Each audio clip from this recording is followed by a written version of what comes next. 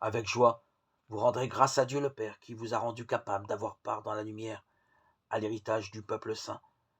Il nous a arrachés au pouvoir des ténèbres et nous a fait entrer dans le royaume de son Fils bien-aimé, par qui nous sommes rachetés, par qui nos péchés sont pardonnés.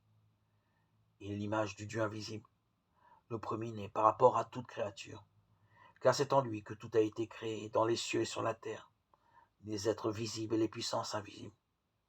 Tout est créé par lui et pour lui. Il est avant tous les êtres, et tout subsiste en lui.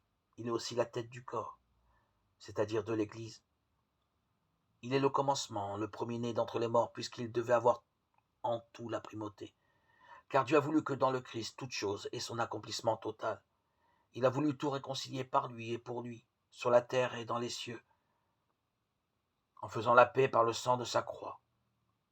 Et vous étiez jadis étrangers à Dieu, vous étiez même ses ennemis, avec cette mentalité qui vous poussait à faire le mal. Et voilà que maintenant, Dieu vous a réconciliés avec lui, grâce au corps humain du Christ et par sa mort, pour vous introduire en sa présence, saint, irréprochable et inattaquable. Mais il faut que par la foi vous teniez solide et ferme. Ne vous laissez pas détourner de l'espérance que vous avez reçue en écoutant l'évangile proclamé à toute créature sous le ciel. Évangile dont moi, Paul, je suis devenu ministre.